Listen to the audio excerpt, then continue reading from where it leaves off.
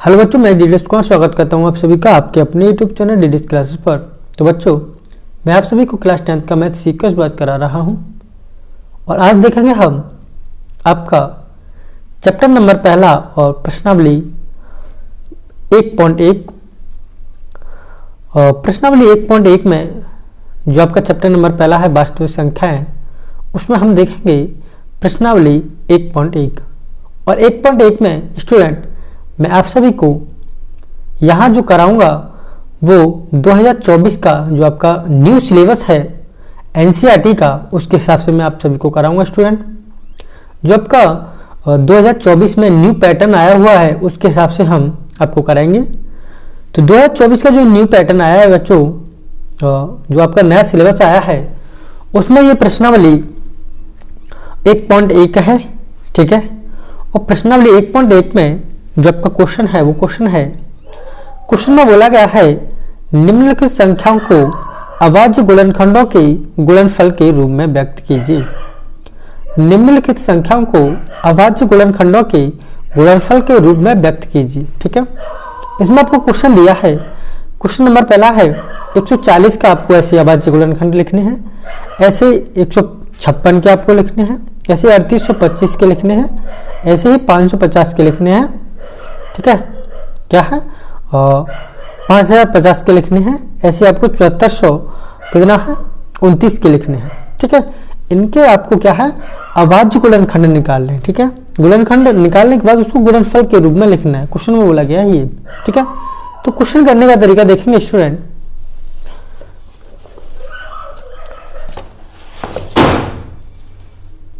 तो यहां करेंगे स्टूडेंट क्वेश्चन नंबर पहला क्या है, देखो दिया है आपको क्वेश्चन नंबर पहले का पहला जो भाग है उसे देखेंगे हम, ओके। क्वेश्चन में जो आपको पहला दिया गया है वो है 140, ठीक है, ओके स्टूडेंट। 140 आपको इस 140 के क्या है अभाज्य गुणनखंड निकालने। तो अभाज्य गुणनखंड सबसे पहले तो मैं आपको ये क्लियर करा दूं, देखो अभाज्य संख्या होती क्या है। अभाज्य संख्या आपकी वो होती हैं जिनमें एक से भाग जाए और खुद से भाग जाए, यानी कि ऐसी संख्या है अभाज्य संख्या। मैं आपको क्लियर करा दूं अभाज्य संख्या होती क्या है। अभाज्य संख्या वह होती है जिसमें एक से तथा खुद से भाग जाए, ठीक है, खुद से भाग जाए। अभाज्य संख्या वो होती है जिसमें एक से भाग जाए और आपका खुद से भाग जाए। जैसे सबसे छोटी आपसे अभाज्य संख्या पूछा जाए तो सबसे छोटी जो अभाज्य संख्या होगी वो होगी 2, ठीक है। 2 में सिर्फ 2 से भाग जाएगा और 1 से भाग जाएगा, ठीक है। नंबर दूसरा जो अभाज्य संख्या होगी वो होगी 3, ऐसे ही 5, ऐसे ही 7। इसमें 9 नहीं होगी क्योंकि 9 में क्या है 9 से भी भाग जाएगा 3 से भी भाग जाएगा, ठीक है। यहां मैं विषम संख्याओं की बात नहीं कर रहा, 9 क्या है एक विषम संख्या है, 9 नहीं होगी क्योंकि 9 में 3 से भाग जा रहा है ना, 9 से भी जा रहा है 1 से भी जा रहा है। मैंने आपको बताया कि अभाज्य संख्या वो संख्या होंगी जिसमें 1 से भाग जाएगा और खुद से भाग जाएगा, राइट। ऐसे मान लो 11 और 13 और क्या हो सकती है 15 नहीं हो सकती, 16 नहीं हो सकती, 14 नहीं हो सकती, 17 हो सकती है, 19 होगी, 19 20 नहीं होगी, 21 नहीं होगी, 22 नहीं होगी, 23 होगी, 24 नहीं होगी, 25 नहीं होगी, 26 नहीं होगी, 27 28 29 होगी, ठीक है, 31 होगी। इसी प्रकार आपको ना ये संख्या क्या है, ये अभाज्य संख्या है, ठीक है। 31 के बाद क्या है 31 के बाद आपका 33 नहीं होगी, 34 नहीं होगी, 35 नहीं होगी, 36 नहीं होगी, 37 होगी, क्या होगी 37 होगी, राइट। ऐसे आपको देखते चलना है, ठीक है। ऐसी संख्या देखनी जिसमें खुद से भाग जाए और 1 से भाग जाए, ठीक है। अब क्वेश्चन की तरफ चलते हैं। क्वेश्चन में बोला है अभाज्य गुणनखंड निकालने हैं। तो अभाज्य गुणनखंड निकालने हैं आपको स्टूडेंट। तो 140 के अभाज्य गुणनखंड निकालोगे, तो 140 के अभाज्य गुणनखंड निकालोगे तो गुणनखंड करने का तरीका मैं बता ही देता हूं आपको। तो यहाँ अगर मैं 2 से भाग दूँ तो कितनी बारी जाएगा, 70 आ जाएगा। ठीक है, फिर 2 से भाग दूँ 35 बारी जाएगा, फिर 5 से भाग दूँ 7 बारी जाएगा, फिर 7 से अगर मैं भाग दूँ तो 1 बारी जाएगा। राइट, ये हो जाएगा यहाँ पे, यानी क्या आ जाएगा मेरा 2 इंटू 2 इंटू 5 इंटू 7, यानी 144 के 140 के जो अभाज्य गुणनखंड होंगे वो क्या होंगे, 2 इंटू 2 इंटू 5 और इंटू 7, ये इसके अभाज्य गुणनखंड होंगे। ठीक है, इसके ये अभाज्य गुणनखंड होंगे तो 140 क्या स्टूडेंट में 2 यहाँ है 2 यहाँ है, ये हो जाएगा 2 का वर्ग। राइट, हम इस पर घात चढ़ा सकते हैं लेकिन इसको 4 नहीं लिख सकते क्योंकि 4 एक अभाज्य संख्या नहीं होगी। आप मेरी बात समझ पा रहे हो। ठीक है, 2 हो जाएगा, क्या बचेगा यहाँ पे 5 और यहाँ बचेगा 7, ये हो जाएगा आपका आंसर। इस प्रकार आपको क्वेश्चन करना है, बस कुछ नहीं है, वेरी सिंपल प्रश्न। स्टूडेंट देखते हैं दूसरा क्या है। दूसरा है आपका 156। क्या है 156, आपको 156 के भी ऐसे ही निकाल लेना है। अभाज्य गुणनखंड निकालेंगे तो 2 से देंगे सबसे पहले, तो 2 से देंगे तो 2 सत्ते 14, बचा कितना 1 16, यानी 2 अट्ठे 16। राइट, फिर 2 से 2 3 बारी जाएगा, फिर यहाँ 9 बारी जाएगा, फिर कितने से दोगे 3 बारी दोगे तो यहाँ 13 तो 39, 1 बारी जाएगा, यहाँ 3 बारी जाएगा, फिर यहाँ सिर्फ 13 से ही जाएगा। बोलो बात सही है। ठीक है, तो इसके ये जो अभाज्य गुणनखंड निकले वो कितने निकलेंगे, 2 इंटू 2 इंटू 3 और इंटू 13। ठीक है, ये 140 का अभाज्य गुणनखंड है यहाँ तक। ठीक है, 156 के, तो 156 के अभाज्य गुणनखंड क्या होंगे स्टूडेंट, ये 2 इंटू 2 यानी कि 2 का वर्ग इंटू 3 और इंटू में 13। ठीक है, ये इसके अभाज्य गुणनखंड होंगे, आपको इस रूप में लिखना है। ठीक है, तीसरा देखेंगे स्टूडेंट।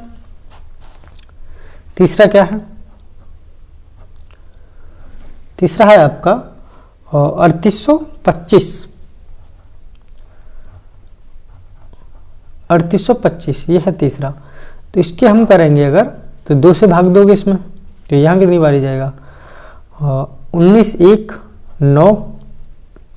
पहली बात तो 2 से जाएगा ही नहीं स्टूडेंट, क्योंकि यहाँ सम संख्या तो है नहीं, 5 नहीं, यानी 2 से नहीं जाएगा। तो पहले 3 से दे देते हैं, तो 3 ही कम 3 3 दूना 6, बचा कितना 2 बचा 22 हो गया, तो कितना हो जाएगा 37 21, 1 बचा यानी 5 15। ठीक है, फिर 3 से दे लो, ये कितना हो जाएगा 3 चौक 12, यहाँ 3 दूना 6, बचा 1 और 5 15। राइट, ठीक है, 3 से जाएगा। अभी 3 से जाएगा क्या, अब 3 से नहीं जाएगा, अब क्या है 5 से देते हैं हम। ठीक है, तो 5 से देंगे बच्चा, तो यहाँ कितना हो जाएगा 5 8 40, 8 बार गया, बचा कितना 2, फिर 25 होगा 55 25, फिर 5 से दिया कितना बारी जाएगा 17 5 85, 17 बारी जाएगा, फिर 17 से दिया तो यहाँ आ जाएगा 1। राइट, यानी ये जो आपके गुणनखंड होंगे वो क्या होंगे 3 इंटू 3 इंटू 5 इंटू 5 और इंटू में 17, यानी कि आपके जो आपके 3825 के 3825 के जो अभाज्य गुणनखंड होंगे वो क्या होंगे 3 इंटू 3, यहाँ इसका ले लेंगे और ये तो अकेला ही बचेगा, यानी कि 3 का वर्ग इंटू 5 का वर्ग और इंटू 7, ये इस प्रकार हो जाएगा। ठीक है, आपको सिर्फ अभाज्य गुणनखंडों के रूप में लिखना है इसको। ठीक है, नेक्स्ट देखेंगे अगला क्या है।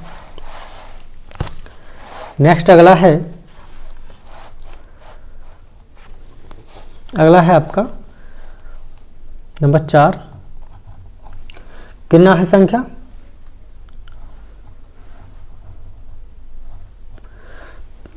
इकाई दहाई सैकड़ा हजार यानी 5005। ठीक है, इसका आपको निकालना है, तो इसका अभाज्य गुणनखंड निकालेंगे तो सबसे पहले किससे देंगे 5 से दे लो। ठीक है, तो यहाँ 5 से दोगे तो 5 एकम 5। ठीक है, सॉरी 1 आ जाएगा। ठीक है, 1 आ जाएगा, यहाँ क्या 0, 5 एकम 5।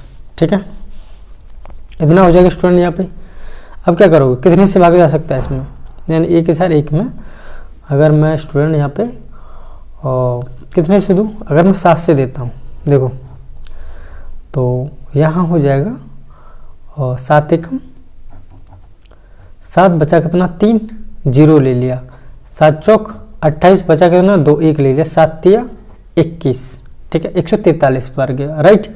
अब क्या करो स्टूडेंट, 143 पर जो गया है यहाँ से, अब किससे भाग दोगे 143 में, इसमें स्टूडेंट 11 से भागा और जाएगा, 11 से भाग दोगे, 11 एकम 11 बचा कितना 3, 11 तिया 33, 3 बार और गया, फिर यहाँ 13 से दे दो, तो यहाँ एक बार ही जाएगा, ठीक है। यानी इसका जो आएगा वो कितना आएगा 5 × 7 × 11 × 13, ठीक है।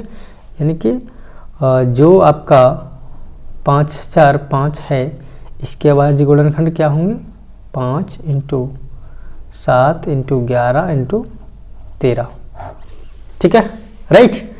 अब देखेंगे अगला नेक्स्ट क्या है, अगला नेक्स्ट है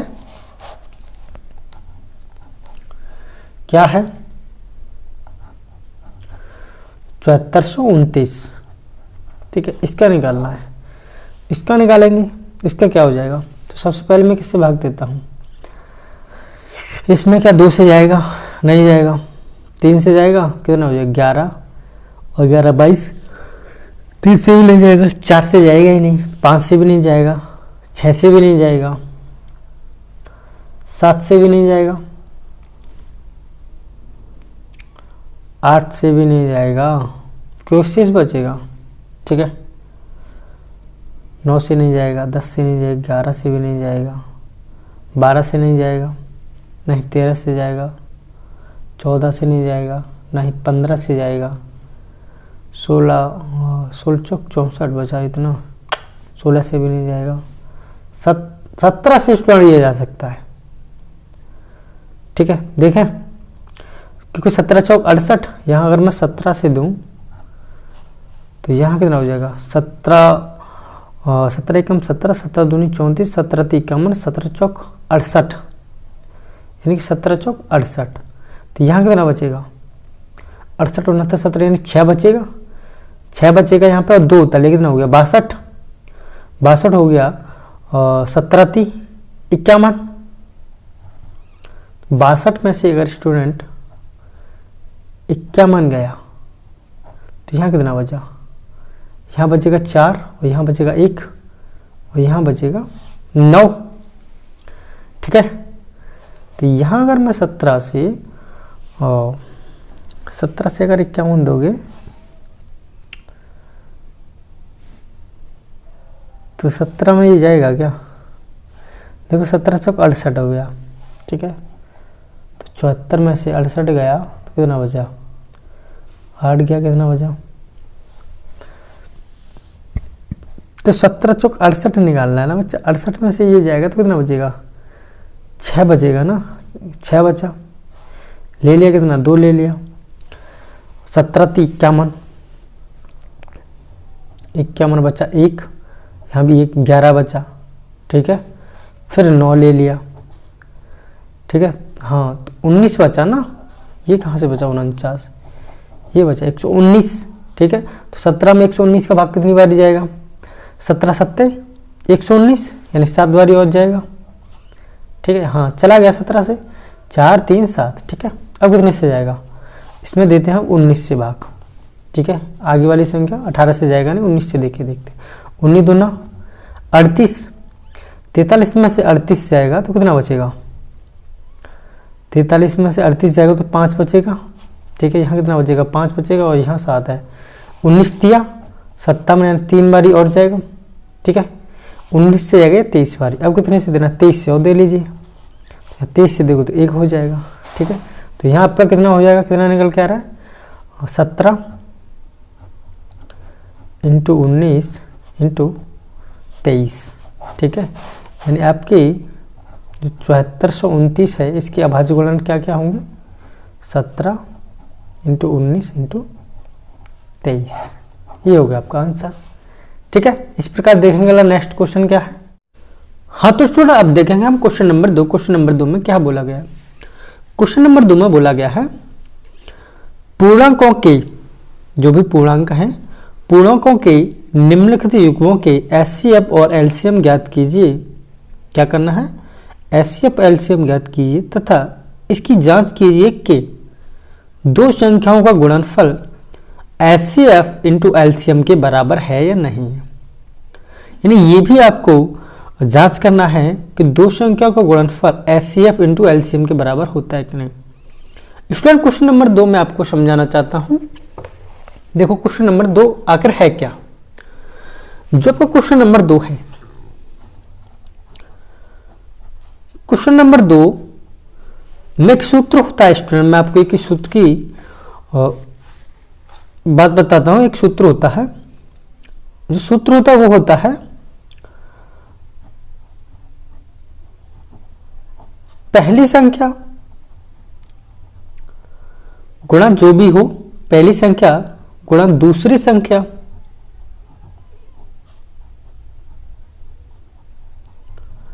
और ये हमेशा बराबर होगा आपका लासा इंटू मासा के।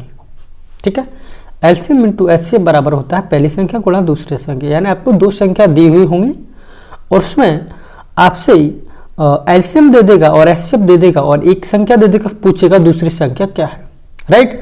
या फिर दोनों संख्या दे देगा, लासा दे देगा, फिर पूछ लेगा आपसे एचसीएफ यानी मासा क्या है। ठीक है, या फिर लासा दे देगा, दोनों संख्या दे के देगा, पूछ लेगा मासा क्या है। ठीक है, तो क्या ये जो सूत्र बना हुआ है पहली संख्या गुणा दूसरी संख्या लासा इंटू मासा, क्या ये सही है? क्योंकि दोनों संख्याओं का गुणा करें तो लासा इंटू मासा के बराबर आएगा। क्वेश्चन में पूछा गया आपसे ये कि ये बताइए कि अगर हम पहली संख्या गुणा दूसरी संख्या करें, यानी कि दोनों संख्याओं को यहां गुणा करके लेके आए और फिर उन संख्याओं का लासा इंटू मासा निकालें तो दोनों इक्वल आएगा। ठीक है, आपको ये देखना है, राइट। तो ये देखेंगे स्टूडेंट हम। तो क्वेश्चन है आपका पहला जो आपको दिया गया है, उसमें जो आपका क्वेश्चन है क्वेश्चन नंबर 2 में संख्या है 26 और जो दूसरी संख्या है वो है 91, राइट। ठीक है, पहली संख्या 26 है, दूसरी संख्या 91। ठीक है, तो क्वेश्चन में बोला गया है इसका आप एलसीएम निकालिए और या आप इसका मासा निकालिए तो पहली संख्या गुणा दूसरी संख्या बराबर आना चाहिए लासा इंटू मासा के। ठीक है, तो 26 का अगर हम अभाज्य गुणनखंड देखें तो यहां अगर 26 के अभाज्य गुणनखंड हम निकालें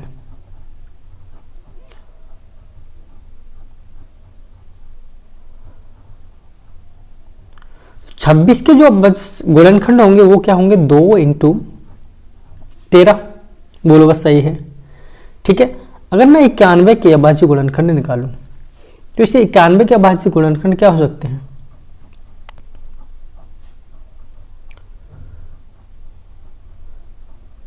जो अभाज्य गुणन होंगे वो 13 सत्ते 91 यानी कि 7 इंटू 13। ठीक है, और जब हम इनके अभाज्य गुणनखंड निकालते हैं तो जो कॉमन होता है दोनों में, कॉमन जो होता है वो क्या होता है अपन का मासा। क्या होता है? मासा। यानी इन दोनों का अगर हम मासा निकालें तो मासा कितना आ रहा है? जो मासा आ रहा है ना स्टूडेंट वो आ रहा है आपका 13, राइट। ठीक है, यानी कि मासा बराबर कितना है 13 है। देखो मासा निकालने का तरीका या तो आप भाग विधि से भी निकाल सकते हो या आप इस प्रकार गुणनखंड करके भी आप इसका मासा निकाल सकते हो। तो मासा क्या है? इन दोनों में कॉमन होना चाहिए। ठीक है, तो इन दोनों में कॉमन क्या है 13 है, तो 13 क्या हो गया मासा। लेकिन लासा में क्या करते हैं, जब हम लासा निकालते हैं तो लासा में करते हैं ऐसा कि जो कॉमन है वो तो लेना ही लेना है, जो कॉमन है उसमें से एक लेना है आपको, फिर ये भी लेना है, फिर ये भी लेना है, छोड़ना नहीं है कोई भी। ठीक है, अगर हम इसका एलसीएम निकालें, अगर हम इसका लासा निकालें तो लासा में क्या है, ये जो कॉमन है ये तो लेना ही है। 13 इंटू बचा करना 2 इंटू बचा करना 7। जब आप इसका गुणा करोगे स्टूडेंट तो आपका जो आंसर निकल के आएगा यानी कि लासा निकल के आएगा वो हो जाएगा 182। ठीक है, यानी लासा क्या है 182 है स्टूडेंट, यानी लासा क्या है 182 है, राइट। मासा क्या है 13 है। ठीक है, अब आप करके देख लीजिए, आपको सिद्ध करना है कि दोनों पक्षों का अगर हम गुणा करें, दोनों पक्षों का अगर हम गुणा करें एचसीएफ इंटू एलसीएम, ठीक है, और दोनों संख्याओं का गुणनफल, तो बराबर आएगा या नहीं, कोई दिक्कत? तो यहां अगर हम करेंगे और दोनों संख्या क्या है 26 और इंटू 91, दोनों संख्या पहली संख्या गुणा दूसरी संख्या, तो लासा इंटू मासा, लासा क्या है, लासा है 182 और इंटू में मासा क्या है 13, राइट। इन दोनों का गुणा करिए तो वो आना चाहिए और इन दोनों का गुणा करोगे तो एक जैसा आना चाहिए, यानी दोनों का आंसर क्या है एक जैसा आना चाहिए, ठीक है। तो ही पहली संख्या गुणा दूसरी संख्या बराबर हो पाएगा आपका लासा इंटू मासा। अब मेरी बात समझ पा रहे होंगे, ठीक है। तो यहाँ जब आप इसका गुणा करोगे तो ये जो आंसर निकल के आएगा वो आएगा 2366, ठीक है। और इसका भी आप अगर मल्टीप्लाई करोगे तो इसका भी आंसर आएगा 2366, ठीक है। तो यानी कि ये क्या है आपका जो है बायां पक्ष बराबर दायां पक्ष, यहां लिख देंगे बायां पक्ष बराबर है दायां पक्ष के, ठीक है। क्या आप जानना चाहते हो इसका लासा बराबर आ रहा है या नहीं, बताइए।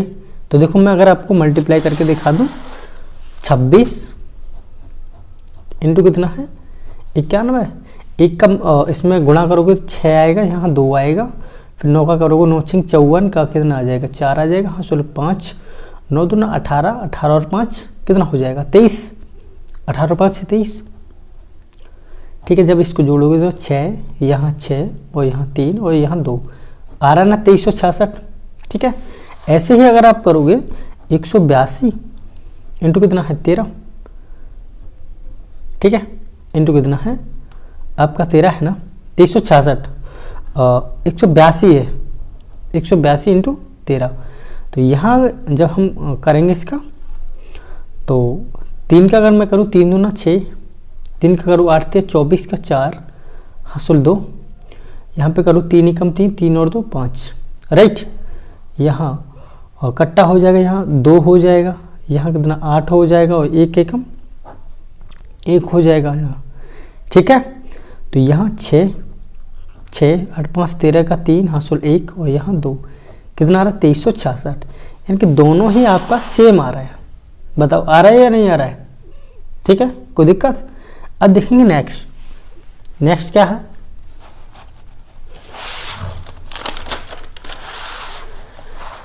अगला देखेंगे नेक्स्ट है क्वेश्चन नंबर 2 का है, ये भी आपको करना है। पहला क्वेश्चन आपको डिटेल में समझा दिया हूँ स्टूडेंट, तो अब मैं इतना इसको डिटेल में नहीं समझाऊंगा, सिर्फ इसको मैं जल्दी करने की कोशिश करूंगा। कहना है 510 है और दूसरी जो संख्या है वो कितनी है, वो है आपकी 92, राइट, ठीक है। तो ये आपको सिद्ध करना है। तो इसके 510 के अभाज्य गुणनखंड निकालोगे तो इसके अभाज्य गुणनखंड क्या होंगे, 510 के अगर आप अभाज्य गुणनखंड निकालोगे तो इसके होंगे 2 इंटू 3 इंटू 5 और इंटू 17, राइट। 92 के जब आप अभाज्य गुणनखंड निकालोगे, ये क्या स्टूडेंट हम यहाँ पे अभाज्य गुणनखंड निकाल रहे हैं, ठीक है, अभाज्य गुणनखंड,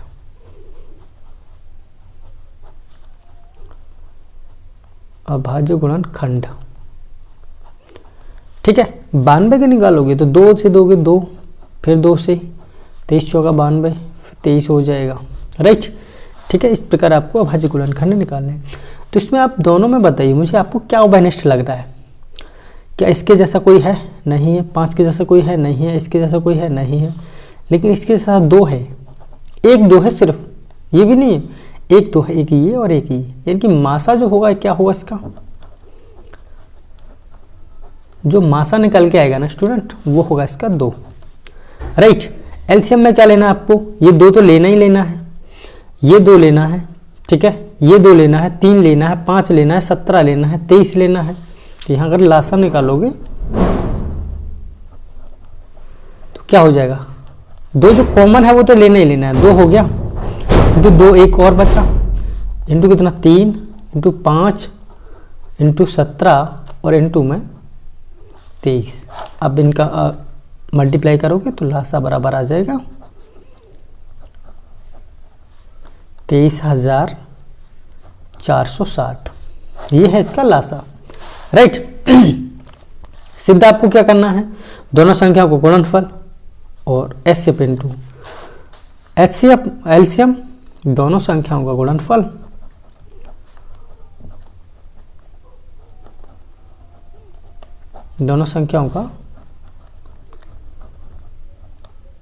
गुणनफल बराबर मासा इंटू लासा, राइट। तो दोनों संख्याएं क्या है, 510 इंटू 92 बराबर लासा इंटू मासा। लासा कितना है 23,460 इंटू 2 मासा हो गया, ठीक है। जब इसका आप गुणा करोगे तो आपको इसके ही बराबर मिलेगा, बोलो बात सही है, ठीक है। तो यहाँ इसका जब हम करेंगे तो यहाँ कितना हो जाएगा 0, 6 दूना 12 का 2 हासिल 1, 9 6 2 दूना 4, ठीक है, यानी 46,920 कितना 46,920। अब इसका भी जब मल्टीप्लाई करोगे तो आपको मिलेगा 46,920, ठीक है। यानी कि बायां पक्ष बराबर है दायां पक्ष के, बायां पक्ष बराबर है दायां पक्ष के, राइट। इस प्रकार आपको क्वेश्चन करना है। देखेंगे इसका नेक्स्ट क्या है, अगला है तीसरा वाला, उसको भी देख लेते हैं। तीसरे में क्या है, तीसरे में जो आपको संख्या दी हुई है वो है 336 और जो संख्या वो है 54, राइट। तो दोनों का अगर हम एचसीएफ निकाल लें तो यहाँ 336 का अगर अभाज्य गुणनखंड निकालें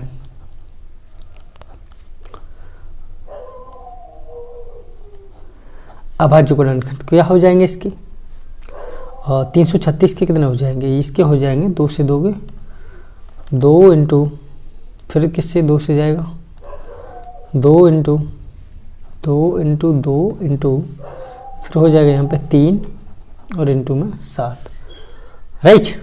54 के करोगे 2 से दोगे 27, फिर 3 से दोगे 3 त्रिका 9, फिर 3 से दोगे 3, फिर 3 से दोगे, राइट। ये हो जाएगा। तो उभयनिष्ठ आपको क्या लग रहा है, इसमें जो उभयनिष्ठ है देखो ये एक उभयनिष्ठ है, ठीक है, ये एक उभयनिष्ठ है और एक ये उभयनिष्ठ लग रहा है आपको, बोलो बात सही है, ठीक है। आपको उभयनिष्ठ ये लग रहा है कि नहीं लग रहा है। तो इस उभयनिष्ठ को हम निकालते हैं। अगर मासा हमें निकालना है तो मासा में क्या करें, यहाँ से 2 का जोड़ा उठाएंगे और यहाँ से 3 का जोड़ा उठाएंगे, यानी कि 3 दूना 6, यानी कि जो आपका मासा होगा एचसीएफ होगा वो कितना होगा 6 होगा। एचसीएफ जो आपका निकल के आएगा वो कितना है 6, ठीक है। अगर हम एलसीएम निकालें तो देखो ये तो जोड़ा हमने ले लिया, बाद बाकी सबका गुणा कर दो, एक बार इनका भी करना इनका भी करना, इसका इसका इसका इसका इसका, ठीक है, सबका गुणा कर दो तो क्या हो जाएगा हमारा एलसीएम में हो जाएगा। तो यहाँ करेंगे तो कर दें अगर स्टूडेंट हम इसको, तो एलसीएम अगर हम निकाल लें तो 2 इंटू 2 इंटू 2 इंटू 2 4 हो गया, ठीक है। क्या बचा इंटू 3 इंटू 3 इंटू 3 और 7, ठीक है। तो यहाँ अगर एलसीएम आप निकालते हो तो एलसीएम 2 दूना 4 4 दूना 8, ये हो जाएगा आपका इतना हो जाएगा, ये इतना, यानी एलसीएम जो आपका निकल के आएगा वो आएगा 3024, ये आपका एलसीएम निकल के आएगा, ठीक है। अब क्या करेंगे, दोनों संख्याओं को गुणा करने पर दोनों संख्याओं का गुणा करने पर, तो दोनों संख्याओं को गुणा करेंगे स्टूडेंट, तो दोनों संख्या क्या है, दोनों संख्याओं को गुणा करने पर, तो दोनों संख्या को गुणा करेंगे, दोनों संख्या को गुणा बराबर एचसीएफ इंटू एलसीएम इसी के तो बराबर होगा। तो दोनों संख्याएं क्या है, यहाँ नहीं, यहाँ लिखता हूँ। कितना है स्टूडेंट, दोनों संख्या 336 इंटू 54 बराबर होगा लासा इंटू मासा के। ठीक है, तो यहाँ लासा कितना है स्टूडेंट, 3024 इंटू 6।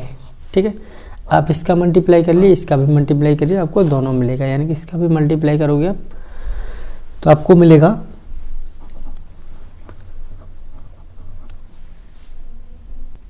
18,144, और इसका भी आप अगर मल्टीप्लाई करोगे तो आपको मिलेगा 18,144। यानी कि बायां पक्ष बराबर दायां पक्ष। देखेंगे बायां पक्ष बराबर है दायां पक्ष।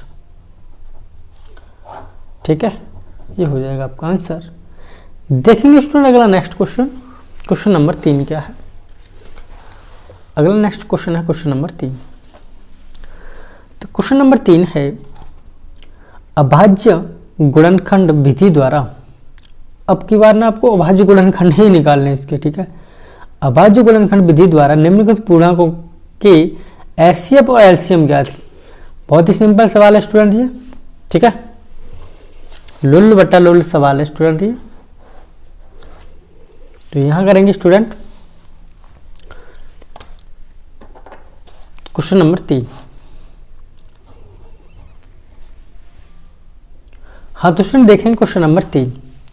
क्वेश्चन नंबर 3 में जो पहला दिया गया है, सबका आपको एलसीएम और एचसीएफ निकालना है। ठीक है, तो यहाँ पहला क्या है,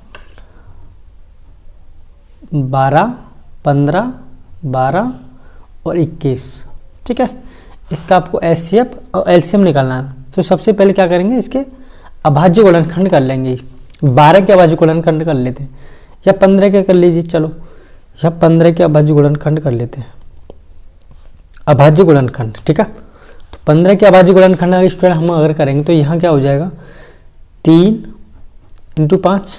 यहाँ अगर 12 के मैं अभाज्य गुणनखंड करूँ तो कितना हो जाएगा, 2 इंटू 3 और इंटू 2 हो जाएगा, और इंटू 2 हो जाएगा, 2 दूना 4 और इंटू 3।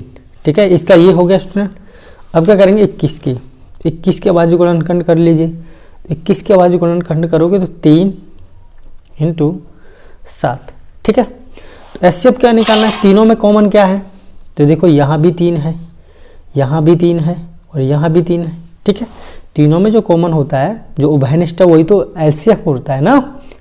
उभयनिष्ठ गुणनखंड कौन सा है इसमें, उभयनिष्ठ गुणनखंड है, अतः उभयनिष्ठ गुणनखंड 3 है। ठीक है, क्या है, उभयनिष्ठ गुणनखंड क्या है, 3 है। तो मासा क्या आ गया इसका, मासा बोले तो एचसीएफ कितना है, 3। अब क्या आपको लासा और निकालना है। तो बच्चा कुचा क्या है, ये तो आपको लेना ही लेना है, सबका मल्टीप्लाई कर लीजिए। तो यहाँ से कितना मिलेगा आपको, 3 तो यहाँ से लेना ही लेना है, 3 बचा, यानी कि 3 तो आपको लेना है। 3 इंटू यहाँ कितना बचा, 5 ये लेना है, यहाँ कितना बचा, 2 ये लेना है, यहाँ कितना बचा, 2 ये भी लेना है, और यहाँ कितना बचा, 7 ये भी आपको लेना है, इस प्रकार।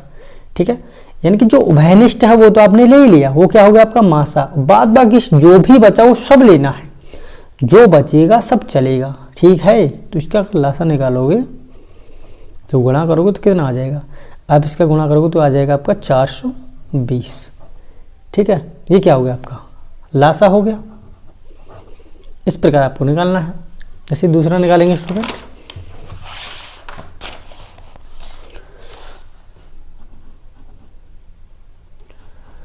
दूसरा निकालेंगे स्टूडेंट। दूसरा क्या है आपका, तो दूसरा दिया गया वो है 17 इंटू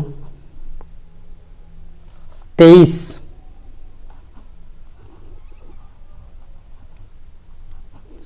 17 इंटू 23 इंटू 29। ठीक है, इसके आपको क्या है, उभयनिष्ठ गुणनखंड इसको देखें तो हम क्या हो जाएगा, यानी कि 17 का अगर उभयनिष्ठ गुणनखंड अभाज्य गुणनखंड देखें, सॉरी, तो 17 की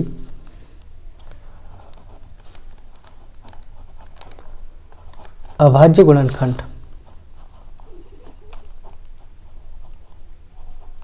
क्या क्या होंगे, 1 और इंटू 17, ऐसे इसके क्या है 23 के क्या होंगे 1 इंटू 23, ऐसे 29 के क्या होंगे 1 इंटू 29। तीनों में जो उभयनिष्ठ है वो क्या है 1 है, ठीक है, इसमें भी इसमें भी इसमें भी। तो मासा क्या आ जाएगा आपका, मासा बराबर 1, ठीक है। आपको लासा निकालना है तो लासा क्या आ जाएगा, 1 तो लेना ही लेना है, तीनों में उभयनिष्ठ है जो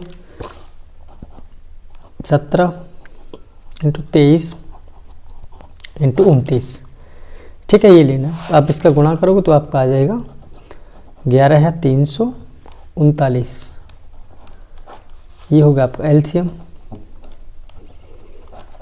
आंसर, राइट। अगला क्या है, अगला भी तो आपको लेना है, करना है। 8 है, 9 है और 25 है। तो 8 के अभाज्य गुणनखंड निकालिए। 8 के कितने हो जाएंगे, 2 इंटू 2 इंटू 2, ठीक है, ओके। और इसके कितने हो जाएंगे स्टूडेंट, 9 के कितने हो जाएंगे, 9 के हो जाएंगे 3 इंटू 3। 25 के कितने हो जाएंगे, 5 इंटू 5, राइट। तो इसमें कॉमन क्या है, इसमें कॉमन है कुछ, इसमें कॉमन है, इसमें कॉमन है, इसमें कुछ भी कॉमन नहीं है, एक दूसरे को क्या है कुछ भी कॉमन नहीं है। तो क्या मैं यहाँ 1 लिख सकता हूँ, 1, कोई फर्क पड़ेगा नहीं। तो क्या है इसमें 1 कॉमन हो जाएगा। जब कुछ भी कॉमन ना हो तो वहाँ क्या कॉमन होता है बच्चा, 1 कॉमन होता है, 1, राइट, ठीक है, इस प्रकार 1। तो मासा कितना हो जाएगा इसका, मासा बराबर हो जाएगा 1। लासा बराबर क्या हो जाएगा, सब जो भी कॉमन नहीं तो सबका क्या है आपको मल्टीप्लाई करना बस, ठीक है। तो यहाँ एक जो कॉमन है इसका होगा 2 इंटू 2 इंटू 2, ठीक है, 3 और यार 3 इंटू 3, ठीक है, 5 और इंटू में 5, ये हो जाएगा आपका एलसीएम। तो जब सभी का गुणा करोगे तो वो निकल के आ जाएगा 1800, ये क्या है एलसीएम, ठीक है। आई होप इस बच्चों आपकी समझ में अच्छे से आ गया होगा। देखेंगे अगला नेक्स्ट क्वेश्चन, क्वेश्चन नंबर क्या है, क्वेश्चन नंबर 4 देखेंगे अगला, ठीक है। क्वेश्चन नंबर 4 में क्या बोला गया देख लें जरा। क्वेश्चन नंबर 4 है एचसीएफ, अच्छा इतना और इतना संख्या दी हुई है, इतनी और इतनी, इसका 9 दिया है, तो एलसीएम ज्ञात कीजिए। यानी कि ये जो आपको संख्या दी ये संख्या दी हुई है, इनका एचसीएफ आपको 9 दिया गया है और इन दोनों संख्याओं को आपको ये एलसीएम ज्ञात करना है, ठीक है। ये भी सिंपल क्वेश्चन है स्टूडेंट, तो करेंगे इसको भी देखेंगे student. Question number 4, question number 4 को देखेंगे स्टूडेंट हम। तो क्या है अपन का एक सूत्र होता है, फॉर्मूला होता है, आपको जो संख्या दी हुई है वो दी गई है, यानी कि संख्या क्या है, संख्या है आपकी स्टूडेंट 306 और है दूसरी संख्या 657, एक संख्या ये दूसरी संख्या ये है। इनका जो एचसीएफ दे रखा है वो आपको 9 दे रखा है एचसीएफ, ठीक है। पूछा क्या आपसे, एलसीएम पूछा है, ठीक है, ये निकाल दीजिए। एक सूत्र क्या होता है अपना, पहली संख्या गुणा दूसरी संख्या, यानी कि दोनों संख्याओं का गुणा बराबर लासा इंटू मासा, बराबर लासा इंटू मासा, ठीक है। तो पहली संख्या क्या है 306 इंटू सॉरी दूसरी संख्या क्या है 657 बराबर लासा इंटू मासा, मासा सॉरी इंटू आएगा। तो यहाँ 306 इंटू 657 लासा और इंटू मासा कितना दिया है 9। जब स्टूडेंट मैं यहाँ लासा की वैल्यू निकालूंगा तो ये इंटू में है 9, इंटू में 9। अगर इस इंटू के को अगर मैं इधर लेके जाऊँ तो इंटू वाली संख्या इधर आएगी तो किस में पहुँच जाएगी, बटे में पहुँच जाएगी, यानी कि यहाँ हो जाएगा 306 इंटू 657 अपॉन में 9, यहाँ बराबर में आ जाएगा लासा। लासा ही तो बचेगा, यानी कि आप लिख सकते हो इसे एलसीएम बराबर 306 इंटू में 657 अपॉन में 3, राइट। ठीक है, आप इसको अगर काटोगे तो ये जाएगा 9 तिया 27, बचा कितना 3 बचा, 9 चौक 36, यानी कि 34 इंटू 657।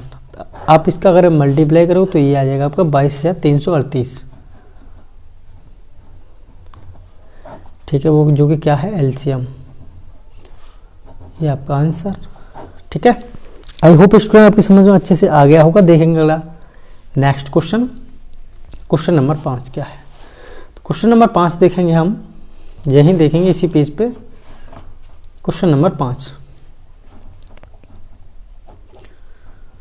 क्वेश्चन नंबर 5 में क्या बोला गया है। क्वेश्चन नंबर 5 में बोला गया है, देखें जरा क्या है। क्वेश्चन नंबर 5 में है दादा, जांच कीजिए क्या किसी प्राकृत संख्या, कोई प्राकृत संख्या n के लिए संख्या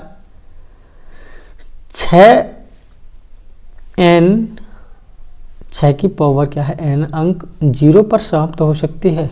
अरे यार वेरी सिंपल क्वेश्चन है स्टूडेंट। देखो बताऊं मैं आपको क्या है आपका क्वेश्चन नंबर 5। ठीक है, हम जानते हैं कि 6 के अभाज्य गुणनखंड कितने। देखो सबसे पहले निकालेंगे, यहां लिखेंगे पहले हल में, नीले से करता हूं। हम जानते हैं कि 6 के अभाज्य गुणनखंड क्या हो सकते हैं। देखो 6 के जो अभाज्य गुणनखंड होंगे वो क्या होंगे, 2 इंटू 3 होंगे। बोलो बात सही है, राइट। 2 इंटू 3 होंगे कि नहीं। अतः 6 की पावर n अगर हम करें तो यहाँ कितना हो जाएगा, 6 की पावर n बोला है उसने। ठीक है, तो 2 इंटू 3 की पावर क्या हो जाएगी, n हो जाएगी। बोलो बात सही है।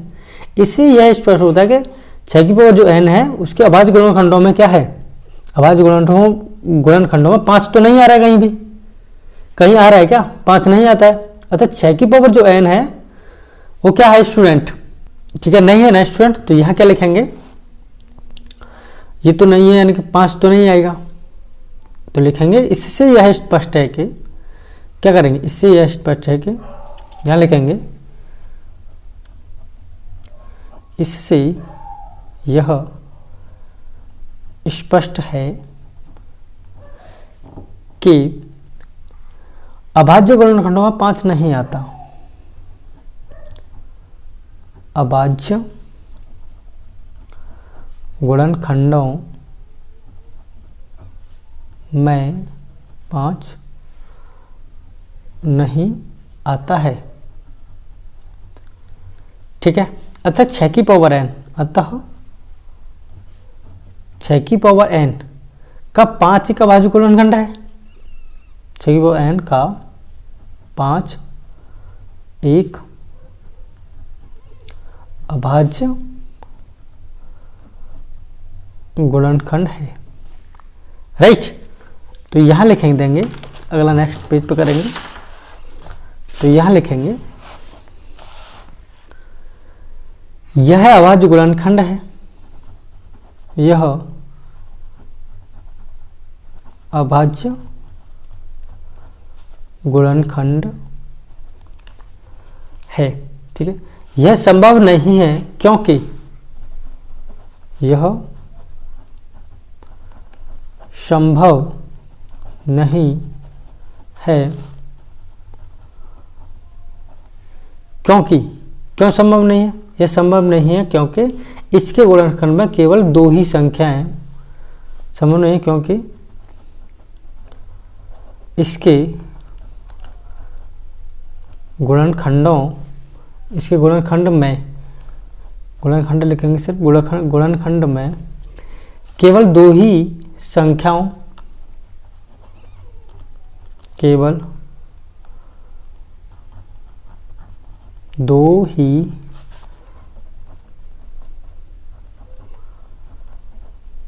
केवल 2 ही संख्याओं, कौन कौन सी, 2 व 3, 2 और 3 के घात होंगे, घात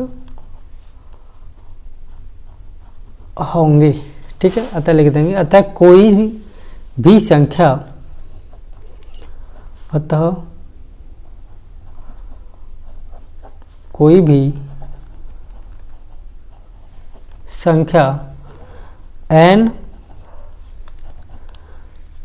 एप्सिलॉन ऐसी नहीं है,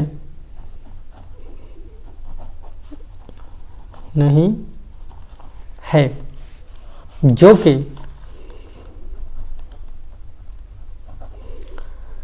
जो कि 6 की पावर n में 0 अंक पर समाप्त हो, अंक पर समाप्त हो।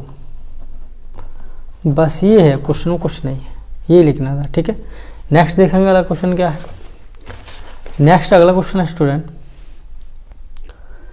व्याख्या कीजिए कि 7 × 11 × 13 प्लस 13 और 7 × 6 × 5 × 4 × 3 × 2 × 1 प्लस 5 भाज्य संख्या क्यों है। ये संख्या भाज्य है, ये क्यों है, ये आपको व्याख्या करनी है। वेरी सिंपल स्टूडेंट, इसको भी करेंगे हम, ठीक है। क्वेश्चन नंबर क्या है, यहाँ डालेंगे, क्वेश्चन नंबर है आपका 6, ठीक है। क्वेश्चन नंबर 6, तो संख्या क्या क्या दी गई है आपको, 7 × 11 × 13 प्लस 13, राइट। जब आप इसको निकालोगे तो इसका अगर हम मल्टीप्लाई करेंगे तो स्टूडेंट यहाँ कितना हो जाएगा, तो यहाँ मैं लिख सकता हूँ इसको 13, यहाँ ऐसे आ जाएगा, ठीक है। तो यहाँ प्लस का 1, यानी कि 13 अगर मैं इसमें से कॉमन ले लूँ, ठीक है, तो यहाँ अंदर कितना बचेगा 7, ठीक है, × 11 और प्लस का 13 तो कॉमन हो गया, प्लस का कितना बचेगा 1, राइट। ये बचेगा ना 13 × 77 प्लस का 1, यानी कि यहाँ हो जाएगा 13 × 78, ठीक है। 13 × 78 जो कि क्या है, जो कि एक भाज्य संख्या है, क्योंकि इसका अगर हम मल्टीप्लाई करेंगे तो आपका आएगा 1014, जो कि क्या है, जो कि एक भाज्य संख्या है, एक भाज्य संख्या है, जो कि क्या है, ये एक अभाज्य, जो कि क्या है, ये भाज्य संख्या है। दूसरा देखेंगे, दूसरा क्या है स्टूडेंट, दूसरा है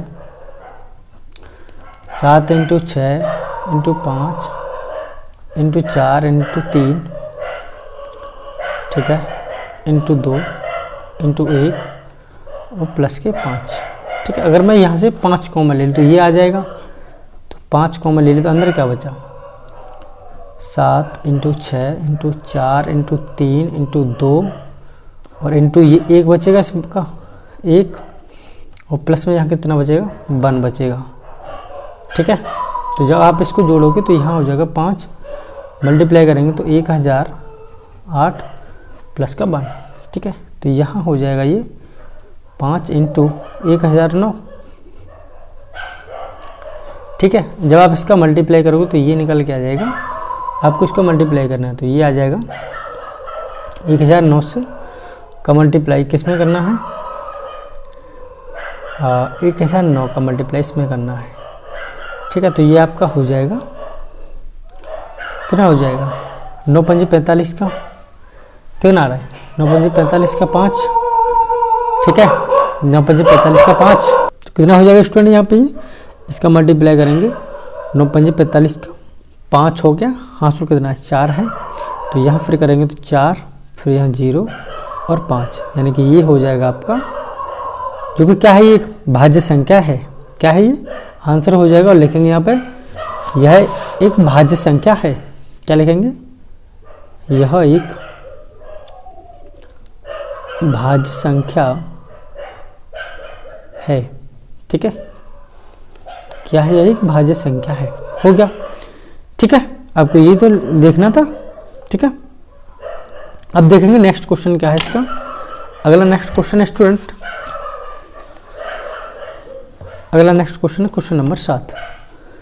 तो क्वेश्चन नंबर 7 में क्या है, किसी खेल के मैदान के चारों ओर एक वृत्ताकार पथ है, ठीक है।